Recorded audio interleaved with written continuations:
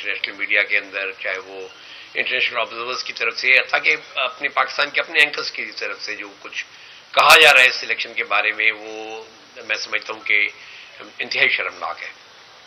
اور اپنے کوئی پہلے سے میڈیا کے ذریعے ماحول بنانے کی کوشش کی جا رہی تھی، نمبرز ڈسکس کیے جا رہے تھے، اور پھر اس کے بعد پورا الیکشن ایک طرف ہوا. پورے الیکشن میں لوگوں نے نکل کر ووٹ ڈالا. جماعت اسلامی کو اس وقت بلدیاتی انتخاب سے کہیں زیادہ 7.5 لاکھ سے زائد 7.25 لاکھ کے قریب ووٹ ملے ہیں الحمدللہ. اور آپ بتائیے کہ 7.25 لاکھ ووٹ لینے والی پارٹی کا فارم 47 کے مطابق صرف ایک نتیجہ ظاہر کیا گیا. ایک میرا تھا، وہ تو ظاہر کسی وجہ سے کیا گیا تھا جو میں نے شکریہ کے ساتھ واپس کر دیا ہے. تو آپ یہ بتائیے کہ 7.25 لاکھ ووٹ لینے والی پارٹی کا ایک نتیجہ دکھایا جائے، اور ایک پارٹی جس نے 1.5 لاکھ کے قریب ووٹ لیے، اس میں بھی ٹھپے شامل ہیں جو انہیں کھلی چھوٹ دی گئی تھی ایم کیو ایم، جو اس کا ہمیشہ سے ایک نشان رہا ہے ٹھپے اور قبضے. وہ تو اس دفعہ ان کی حیثیت ہی کوئی نہیں رہی، تو وہ یہ کام بھی پوری طرح سے نہیں کر سکے جو ماضی میں کر لیتے تھے. اور اس کے بعد پھر فارم 47 کے ذریعے انہیں مسلط کیا گیا ہے یہاں کراچی اور صوبہ سندھ کے اوپر. اسی طرح پیپلز پارٹی سے بٹوارا کیا گیا ہے کہ آج اتنے تم لے لو، اتنے ہم لے لیں.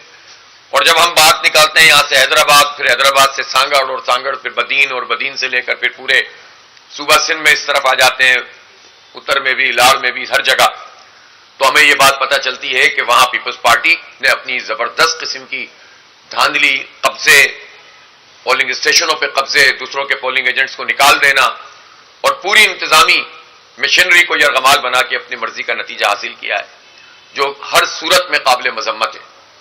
آج ہمارا اتفاق ہوا ہے، میں چاہوں گا کہ صفدر عباسی صاحب گفتگو فرمائیں گے، پھر اگر آپ کے سوال جواب ہوں گے تو ہم بات کریں گے.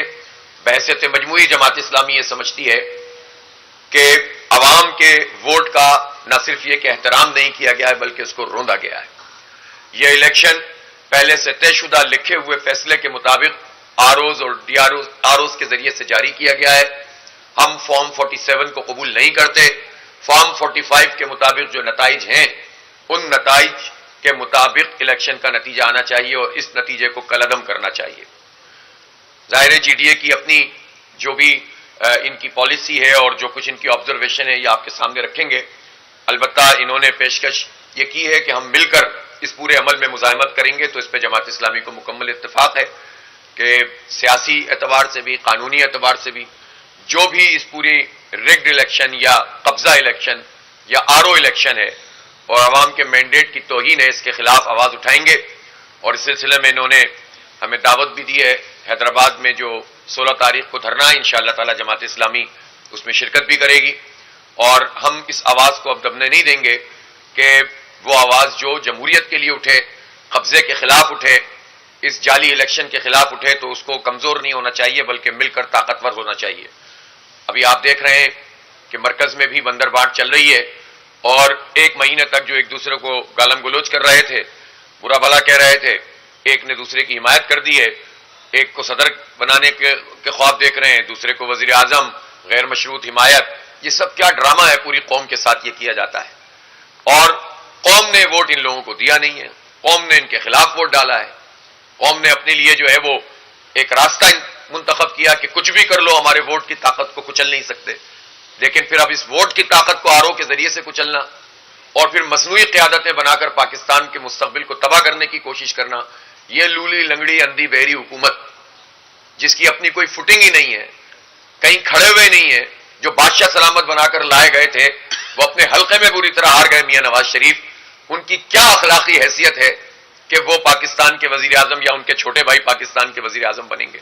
یہ ایک تماشا مچایا جا رہا ہے اس پورے ملک میں، اور اس تماشے کو ہم کسی صورت میں قبول نہیں کر سکتے. اس کی مزاحمت کی جائے گی. میں ایک مرتبہ پھر شکر گزار ہوں ہماری پوری جی ڈی اے کے اس ڈیلیگیشن کا، اور میں چاہوں گا کہ آپ گفتگو جو بھی عباسی صاحب فرمائیں گے. جی شکریہ نہیں بھائی.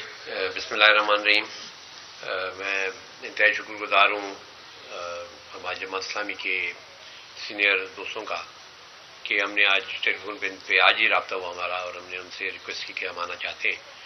اور میں شکر گزار ہوں ان کا کہ جنہوں نے آج یہاں پہ ہمیں ہوسٹ کیا ہے اور اچھی اپنے سموسے بھی اچھے کھلائے اور ہمیں چائے بھی اچھی پلائی. تو بہرحال جو بھی نئی بھائی نے باتیں کی